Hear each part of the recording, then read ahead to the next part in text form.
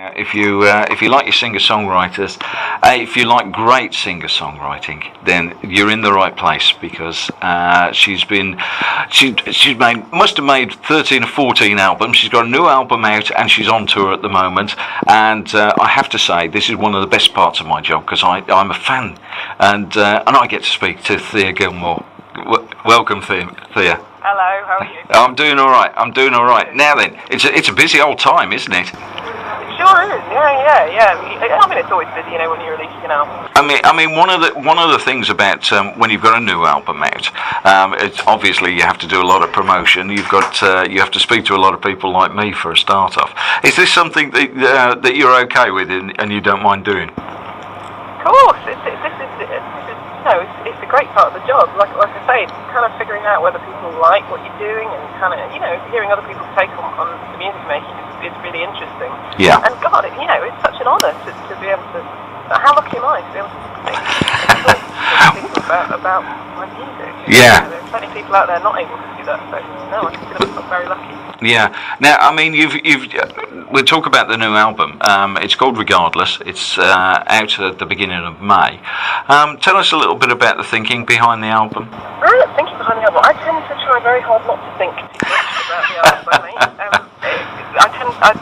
It kind of works better for me that way. Some people are real thinkers about their records, and look at someone like Leonard Cohen, and he drafts everything about 50 times before he even kind of commits pen to paper. And I think that really works for some people, but for me, I try really hard to kind of keep it as off the cuff and as fresh and as new as possible. But the album itself, I think, is the product really, looking back at it, of having a second kid and having a bit of a break away from music. You mentioned earlier I've released 14 records. This will be my 14th record now. Right. In a fairly short space of time. I started when I think my first record came out when I was 18, and I'm 33 now, so it's not that long since the release. Absolutely not, no. Work.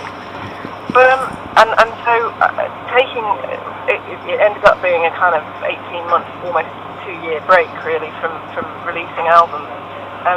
That was kind of like that's a big break for me. Yeah. Some people take that long to make an album, but for me, I like doing things quickly.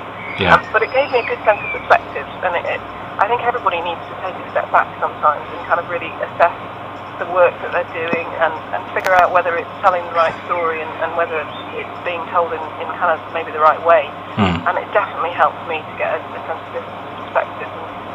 I suppose it is an album that's a product of having children, but it's not kind of fluffy stuff like my kids, which I do definitely, but it's not that type of album. No. In fact, I mean, your songwriting style, it's obviously sort of very personal to you, and you write about your life and your feelings as they all seem to be in there in the songs, but you don't. You don't talk about in your lyrics. You don't necessarily talk about the lighter side of life without the sort of the darker side as well. There seem to be both aspects in your lyrics. Would that be fair to say that that's something that you embrace and accept? Absolutely. I work with loads of people who are, that type of person that you're just so happy when they walk into a room because they are just absolute sunshine. Yes. So positive. I'm not one of those people. I am a cynical girl by nature, and I've kind of learned to accept that. And I don't know, I find it a bit easy in the kind of balance between positive and negative, and I think that I always reflect that in songs. So if I write a positive line, I feel like I always have to balance it with something that's a bit more sinister, perhaps, and darker. Yeah. But I would say about your lyrics, although there is the darker side to them, and you certainly, there's a certain cynicism there. I think I'd have to accuse you of being a sort of closet optimist, because there is also this sort of streak of exploring humanity and looking at the way people interact, and seeing a bit of positivity in there. Is that fair to say, do you think? I'm liking the phrase closet optimist. I like that. Yes, I think you're probably right, although don't tell too many people. But yeah, no, you're absolutely right, and that's another thing that happens, when you suddenly find yourself kind of custodian of somebody's life, and in this kind of privileged position of being able to watch somebody grow up, you suddenly realise, your part in things, which is an interesting, it's an interesting growing up process, really. And so, yeah, it's difficult not to be optimistic. Yes. When you're kind of watching somebody grow in front of your eyes and you're proud of them. Yes. But yeah, like I say, I like the balancing act. Yeah. Now you're on tour. When does the tour actually start? Or? It starts at the beginning of May. Yeah. It's a funny old tour. This. It's kind of, we've got 3 very big dates, and then we've got festivals all throughout the summer, and then we'll be kind of doing sort of smaller dates later on in the year. So for the 3 dates that I'm really excited about are the ones at the beginning of May, starting in Birmingham on the town hall. Yes. It's going to be great. There's going to be 10 of us on stage. We're going to be making a lot of noise. Yeah. Which I guess for a singer-songwriter and somebody who's used to performing, not necessarily on your own, but with a smaller group of musicians, that must be quite a thrill to do that and to work with such a large body of musicians on stage. Well, I enjoy it all. I really love the kind of intimate, just a couple of people and an audience shows. They're really exciting, but it's always great when you've got a lot of people on stage. It's got so much creative energy going on, and you've got so many people kind of all working towards the same goal. It can also be, quite sort of skin of the teeth stuff as well sometimes, and you kind of quite often when you're working with so many people, you don't get quite as much time to rehearse, so it can be kind of interesting. But even that, it lends shows a real sort of sense of energy and dynamism, I think, that you don't necessarily get with kind of big stadium shows. Kind of rehearsed. And I mean the actual performance itself. I mean, obviously you're there, you're reacting with a live audience. Is that something? Because obviously when you've recorded as many records as you had, being in the recording studio, that's a very different thing, and that's obviously something that you must be able to enjoy to produce the body of work you have. Do you enjoy the live experience as much as you ever have?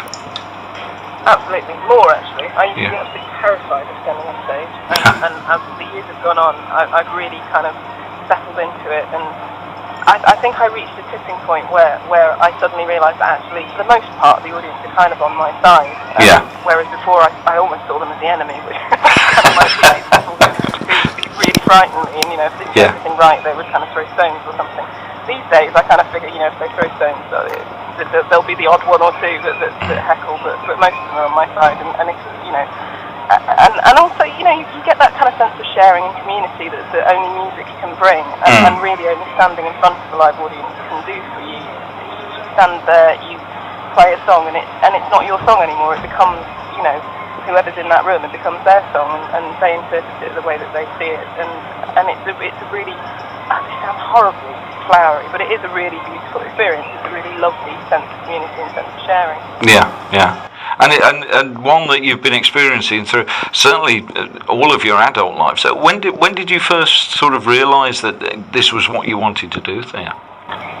Well, I knew that I loved music. I knew that I loved writing, but I genuinely didn't think that there was such a thing to be had as a career in it. I thought that was the sort of thing that happened to other people. And it was just, it wasn't ever going to happen to me. And so really, it wasn't until I was about 21, 22, and I was making records on a regular basis and sort of standing back from it and thinking, oh, this is kind of working, and I'm sort of making enough money to survive here, and gosh, I actually didn't realise that you could have a career in music. Isn't that funny? And so really that was it, but it really crept up on me. It wasn't something I was expecting. I was always expecting that I'd have to get a day job, and being a musician would be something that was more of a hobby than a career. So once again, I say how lucky I am to be able to do it. I know so many incredible musicians who don't have the luck that I've had, and really do deserve it. So. Yeah, well, I mean, there is a thing about being in the right time, in the right place at the right time, but it's also about you sort of laying yourself on the line out there, isn't it? Because, as you say, early gigs may not go the way that you want them to, and it's just perseverance. And yeah, it is, and a certain amount of arrogance as well. I think it helps to be. I started when I was a teenager, and I had all that kind of teenage arrogance that being 17 can bring. And it really helped, because I was wrong, but I genuinely thought I knew more than anybody else about how to do this. And it gave me a certain confidence that I simply wouldn't have had if I was starting when I was 22, 23. So it gave me a bolshiness that I think if I'd waited a bit longer, I might have lost. Yeah, yeah. Well, we thank you. You have to thank heaven for small mercies. So we thank heaven for the arrogance of youth that pushed you towards music, which you've shared so much with us over the last few years, and hopefully for many years to come. Thea, it's been a delight. Thank you for talking to us, and we look forward to welcoming you to Birmingham on the 5th of May. I'll look forward to it. Right, that's wonderful. Thank you very much. No problem.